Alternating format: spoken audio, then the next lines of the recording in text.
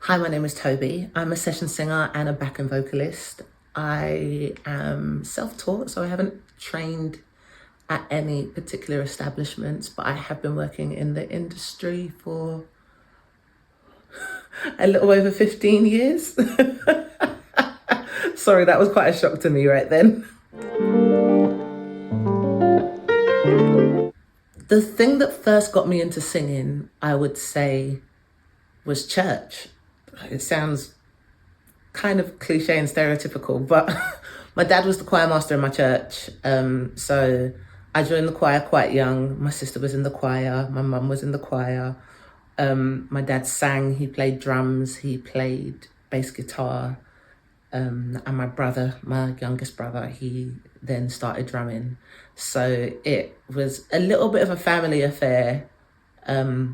Not something I ever thought that I would turn into a career, but it was something that was kind of forced upon me at the time. So that's how I got into it. So my original inspiration to start singing came from my dad, as I mentioned before. But then when I was 10, I believe, one of my uncles took me to see Michael Jackson at Wembley. And that was the beginning of the end, to be honest. I've been, just like most kids, I've been a Michael Jackson fan for as long as I can remember. And that was a very pivotal point in my life. And I love the fact that not many people can say they got to see Michael Jackson, but that was a big deal for me. Obviously, an incredible singer, an incredible performer, just one of those huge all-rounders.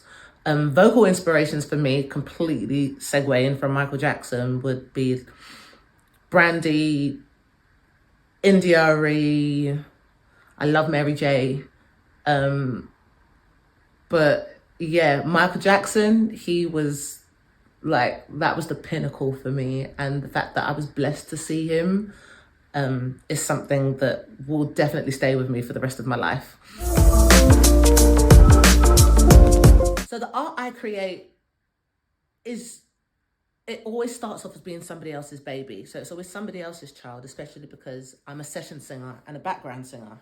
So often it's an existing song that I'm just there to add my 2 pence to, essentially.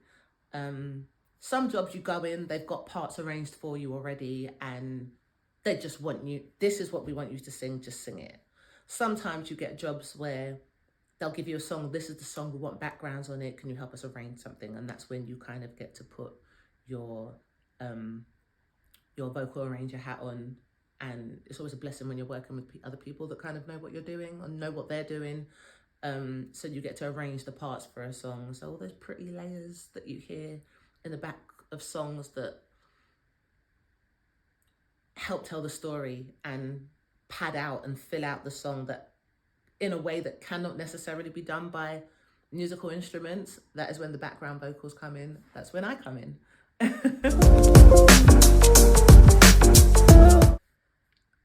My creative process is not really a process. I don't usually tell people this because you would think, is this girl even a real singer? So when I'm learning other people's songs, and as well as doing background singing and like session vocal work, I also sing at people's like weddings, parties. I do a lot of like tribute shows, but like cool tribute shows. I do a lot of R&B events, hip hop, I do rap as well. But my creative process is a little bit wayward because I learn on the go. I kind of hate being told I need to sit down and learn this, or like there's a reason I'm self-employed. I don't like people telling me what to do. So I do actually a lot of my learning on the go. So I do it in the car while I'm driving. I do a lot of my learning in the gym, usually while I'm doing my cardio. So basically anything, I will take any distraction from doing cardio. So that's where I do a lot of my learning. I do a lot of writing out. I write a lot of songs out. I know that the lyrics are so accessible to everything these days when you look them up online, but I find that I process better when I'm listening than writing it out and then reading it, because I don't just like to regurgitate songs. I don't want to be reading while I'm recording. I don't want to be reading while I'm performing. I like songs to be in my bones. I want them to be part of my makeup, if that makes sense. I want to walk out being comfortable and not worried that I'm going to forget the words. I definitely forget the words sometimes, but I want to be walking out not worried that I'm going to.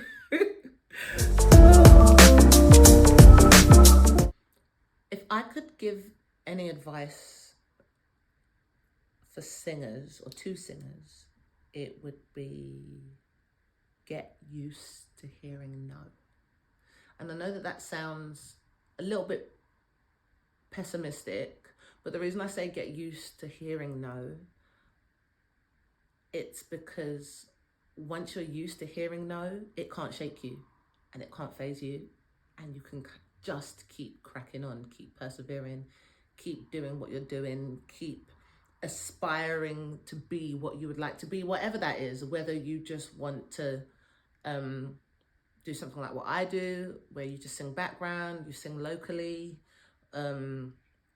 or you want to tour and you want to travel, or if you want to be Beyonce, get used to hearing no, because once you're used to that, the industry can't hurt you. The industry is a minefield, but once you're used to no, it can't hurt you, and you can literally just crack on. I would say that the best advice I've been given was probably, you have no control over how you get the job, but you do have so much control over whether you keep the job. And that was something I had to get my head round for a long time. The industry can be quite fickle. Very often as a singer, the least important part of you being suitable for a job is your voice. You get hired on aesthetic a lot. I spent the early years of my career getting hired on how I looked a lot, which gave me a little bit of a complex at first. But then a friend of mine who's been working in the industry for a really long time told me that if I was bad at the job, I wouldn't keep it. So yeah, he's like, yeah, maybe they loved the way you look and you look great, and maybe you fit into the shorts they want you to wear, or maybe any of that. But that will never make up for you getting on the job and being bad at it. So one thing that I've always done now is every job I do, even if like I had an artist that I was singing background for 5 years, and I treated every gig like it was my audition for the next gig. And it's not to say you shouldn't have fun. It's not to say that you shouldn't let your guard down. It's not to say that you shouldn't enjoy yourself. However, just remember that the only person responsible for keeping your job is you. What is for you is for you. If a gig is for you, if a job is for you, it will find you. But when it finds you, you need to do your part as well. Put the work in. The best part about being a professional singer is being self-employed. I do enjoy being self-employed. I enjoy the flexibility around my schedule. I have been blessed to be able to travel a lot with work. I think I've been to nearly every country in Europe at this point, but definitely the traveling, working on my own schedule, I definitely enjoy. And you work with different people all the time. So if you're a people person, and as you guys, I don't know if you can tell, but I can absolutely talk for England. You get to meet so many different people from so many different walks of life. And it's one of those things that can definitely better you as well. You can learn different things that you want to do. Maybe you've got aspirations to, I don't know, be a tour manager instead of a singer all of a sudden. And that's something that you've got people on hand. You've got people nearby that you can shadow. Oh, a sound engineer, you might want to explore doing some sound. Maybe that person will let you shadow them. So you're in a position as a professional singer to be exposed to so many different people doing so many different roles around you that if you wanted to diversify, you can. I won't say how I'm diversifying because I'm still trying to figure it out, but it gives you the opportunity to have it at your fingertips. If I could change anything about the industry, it would definitely be things surrounding contractual obligations. A lot of what I do is agreement by mouth, word of mouth. You can be on a tour, you can be assigned to a tour for a year, and then 3 months in, there's a break in the tour, and then you're looking at the gig on TV and someone else is doing your job and no one contacted you, they just didn't call you back. And it could be for any number of reasons. But like, job protection is quite hard, and job security is hard. We have things like musicians union and things like that. But I think a lot of the aspects of the industry rely on the fact that people are just so happy to have the work that they won't go through the paperwork of crossing the T's and dotting the I's. I sang with a band for 5 years and never signed any paperwork. So that is the kind of thing that you could potentially end up in a little bit of a hole or a little bit of trouble, and then you're scrambling trying to find other work and filling out your schedule. So that is one thing I would love to change about the industry. There needs to be a lot more protection for singers and people not paying, and that is a little bit tougher. We don't have a HR. We have no human resources. So you kind of just have to be a bit clued up, and people that are new to the scene can often get taken advantage of. It happened to me when I first started as well. So I think it's very important to, as well as those that are studying music, as well as the artistic performance side of it, I feel like it would be quite important to inform potential singers or potential professional singers of what their rights are. That is something I would definitely like to change about it. There's a few things, but that is what I will say for now. The thing that I am most proud of is probably not going to be what people think it is. My parents are Nigerian. It's very much a household of doctor, lawyer, and if you don't want to be a lawyer, be a doctor. It's one of those households. So it was quite difficult for me to get my parents to take me seriously, or my job choice seriously. I have a biology degree. I taught secondary school science for a little while. But when I decided that I wanted to be a full-time singer, I think my parents were absolutely convinced that I was going to be sleeping under a bridge within 6 months. That is not the case. I'm not under a bridge, thank God. But I think the thing I'm definitely most proud of is the fact that I have been able to turn something that I'm really passionate about into something I get to do every day, into something that keeps my lights on, something that a lot of people aspire to do and don't get the opportunity to do it. I'm very, very grateful that I have the opportunity to do that. And yes, I've worked with some like really big names, and I've recorded on some amazing stuff. I've been to some amazing countries and award shows, and yeah, and all that is great. I'm not downplaying it at all. It is incredible.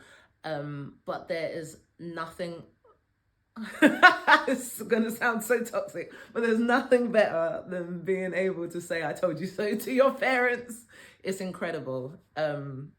Yeah, that's definitely it for me. That's what I'm most proud of.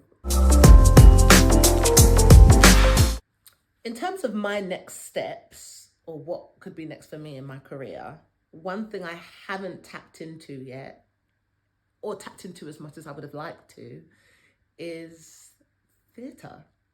Theatre is something that I would really like to do. West End, that would be incredible. I've explored Lion King and Hamilton and things like that because I'm really quite grateful for the fact that there are so many shows now that champion Black singers, Black creatives, Black actors, Black dancers. So that is something that I would really like to lend my hand to, or lend my voice to. Historically, I've had a few auditions for different things where you just turn up to open call just to see if you can do it. But theatre is definitely next stage for me. So watch this. Which way around do we do it? Watch this space.